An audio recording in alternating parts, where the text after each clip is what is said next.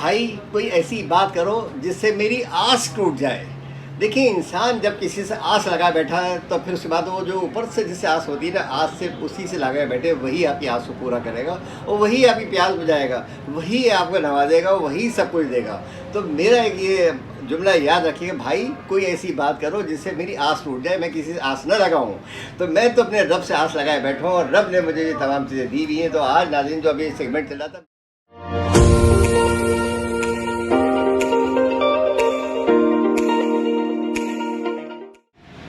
नाज़रीन मैं मुखातिब आपसे मोहम्मद आसिफ। अस्सलाम वालेकुम। उम्मीद है कि आप लोग खैरियत से होंगे।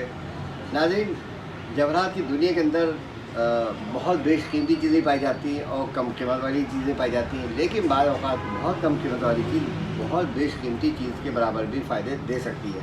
अब ज़रूरी नहीं कि हर आदमी सेब खा ले तो सारे लोग उससे सेहतियाब हो जाए।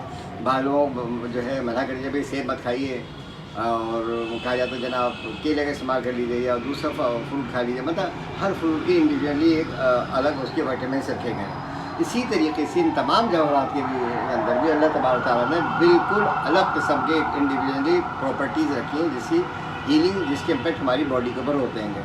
आज का जो मेरा सेगमेंट है ये बहुत डिफरेंट है और शायद कुछ लोग समझ रहे होंगे पत्थरों से रिलेटेड नहीं है, लेकिन एक्चुअली ये पत्थरों से ही रिलेटेड है। क्योंकि समंदर में कोरल पाया जाता है तो ज़ाहिर कोरल भी सीप की एक किस्म है और वो भी एक किस्म का जानवर है जिसमें से जो कीड़ा नुमा होता है, जिसका लुआब निकलता है और लकड़ी नुमा बन जाता है। मतलब मुख्तलिफ तरीके से उसको बयान किया गया है। और कोरल जो अगर आप अपने पास पहने तो उसका कलाम पाक सूरह रहमान में जिक्र दिया गया है, याक़ूत मरजान का। लुलू वो भी मोती समंदर में से ही निकलता है। लुलू की दूसरी शेप जो है, लुलू जिसमें से निकलता है उसको मदर ऑफ पर्ल कहा जाता है, यानी उसको शेल कहा जाता है। शेल की अफादियत बेपनाह है। अगर आप उसको पहने तो वो भी आपकी हीलिंग के लिए बहुत ज़्यादा इम्पेक्ट करता है।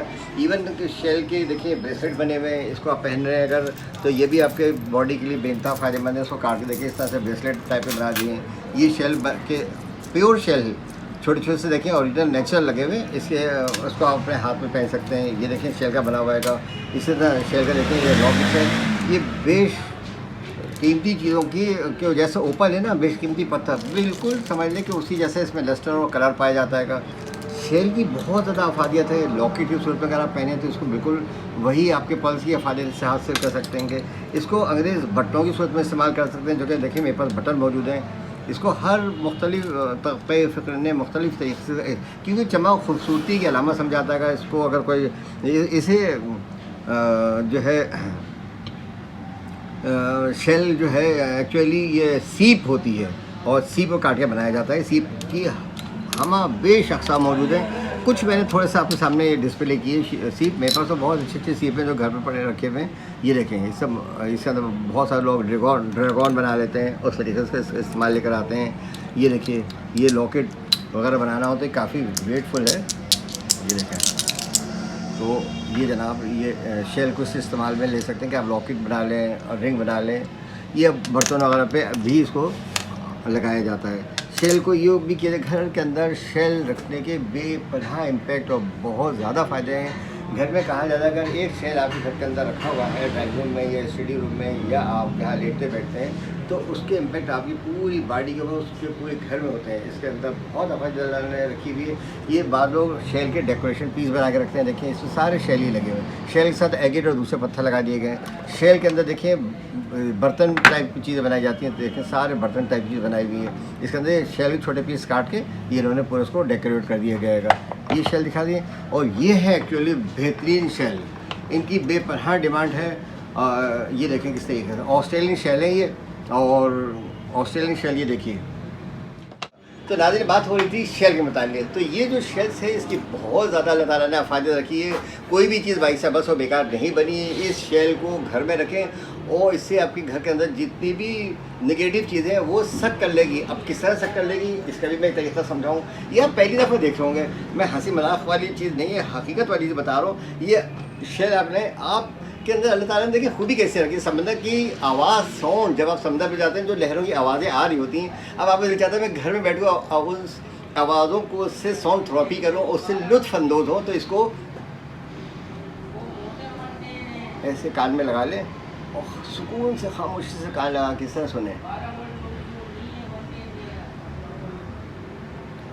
ये कीजिएगा आप, यकीन करें आप समंदर में खड़े हुए होंगे, जो साउंड समंदर की लहरों की पैदा होती है उस इसमें अल्लाह ताला ने पैदा की हुई है।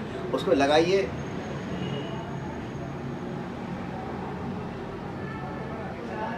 लगाने के बाद उसको सुनिए आप यकीन करें सिर्फ 5 मिनट या 10 मिनट कर लीजिए आप यकीन करें आपका माइंड ऐसा रिलैक्स हो जाएगा कि हमारी जो ये लाखों के हिसाब से वेंस है ना, ये हर चीज़ को ऑब्जर्व कर रही होती हैं।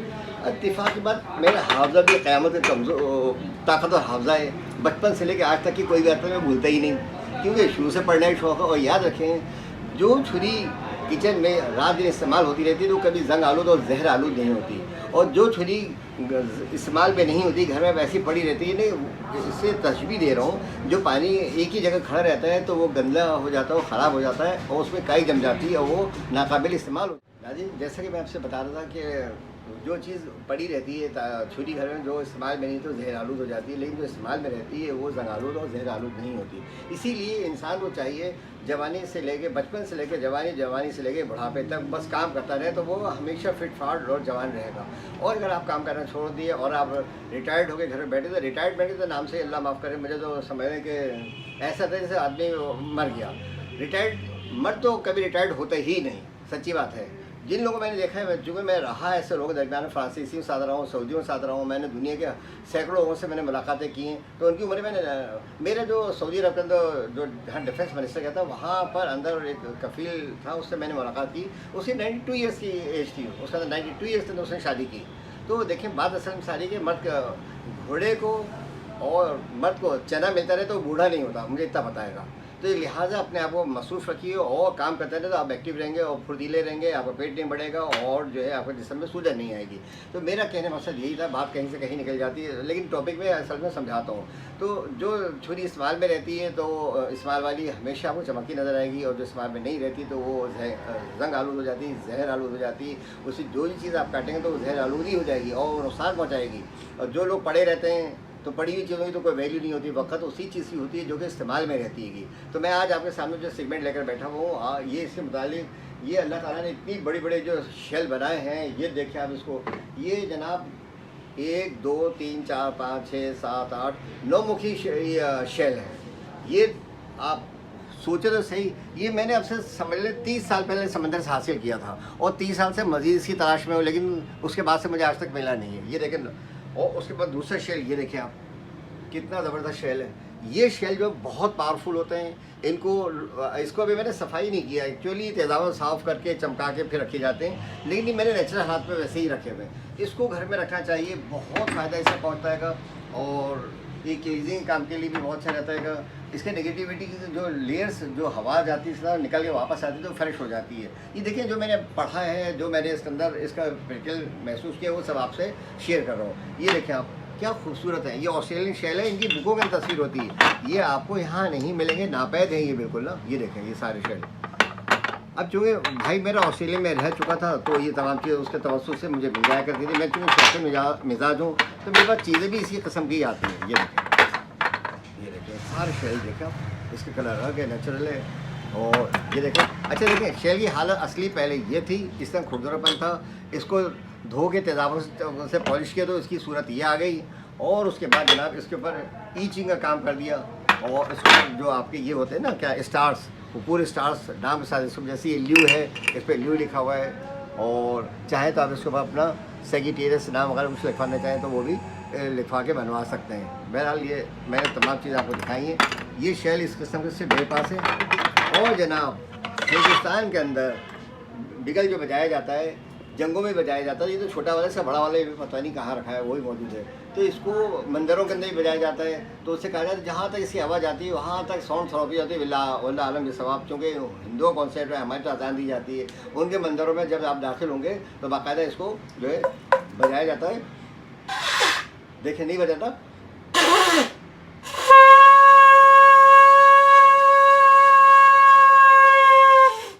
ये साउंड बाकायदा बजाने का ख़ास तरीका होता है जो कि हिंदू जानते हैं, लेकिन चूँकि मैं इंडिया भी जा चुका हूँ और इनके मंदिरों में भी गया हूँ, मैंने सब चीज़ों को सर्च किया, रिसर्च किया, और फिर रिसर्च करने के बाद देखा कि कौन सा मज़हब हम हमारे बाप दादाओं के मज़हब तो इस्लाम है, उसके बाद सर्च किया तो जिस मज़हब पे अल्लाह ताला ने हमें कायम कर रखा है, दुनिया का सबसे बेहतरीन मज़हब यही है, इसी पे हमें कारबंद रहना है। दूसरों के मज़हब की चीज़ों को हमें अपनाना नहीं, लेकिन अगर कोई उनकी चीज़ अच्छी है जो हमारे मज़हब को डिस्टर्ब नहीं करती है तो बिल्कुल आप इस्तेमाल कर सकते हैं। लाइक मेडिसिन इस्तेमाल कर सकते हैं। मैं ये नहीं कह रहा उसको बजाएँगे इसको अपने पास सके, ये तो जस्ट मैंने आपको इंजॉय के तौर पे वो बजा के दिखा दी, क्योंकि इसका बजाना जो है ना वो हर एक के बस की बात नहीं, सिर्फ मुझे बजाना आता है, बहुत कम लोग जानते हैं। हाँ, किसी हिंदू को देंगे जो मंदिर में बैठा होता है वो बजा के दिखा देगा, वो भी ख़ास उनका जो बैठा होगा, हर आदमी नहीं। तो नाज़रीन, मैंने आज आपको सामने शेल के मुतालिक बताना था कि शेल अपने घर में एक रखिए और बल्कि अपने पास कोशिश करें। अब रखें तो उससे आप यकीन करें काफ़ी अफादियत हासिल कर सकते हैं। और मैं तो कहता हूँ एक नहीं बल्कि 2 शेल रखिए। 2 शेल चाहे छोटे भी हों, उसमें कोई ज़रूरी नहीं कि बहुत बड़े भी हैं, छोटे साइज़ का भी हो।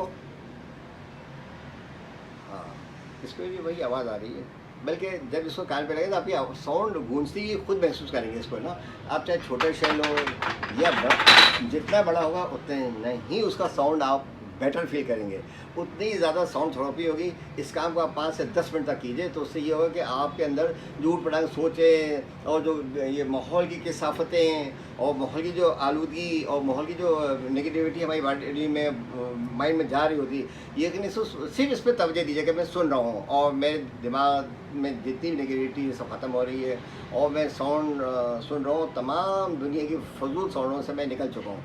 आप समंदर पे जाके बैठिए, समंदर पे लाजमी जाया करें और जाने बाद तन्हाई के अंदर कम से कम 10 से 15 मिनट आप सिर्फ समंदर की लहरों को गौर से देखते रहिए। पहाड़ों पे जाइए, पहाड़ों को गौर से देखिए। आप यकीन करें इतनी इसमें मैग्नेटिक पावर होती है कि कोई इंतहा नहीं। मैं अभी कराची से 7 शरीफ गया था और उसके ऊपर मोटरसाइकिल से, यकीन करें इतना तवील तरीन सफ़र था और मुझे सुबह 4 बजे मैं निकला हूँ, 4:30 बजे। 5 बजे के बाद से जनाब मैं कराची से मैंने मोटरसाइकिल को 120 स्पीड दौड़ाता रहा हूँ।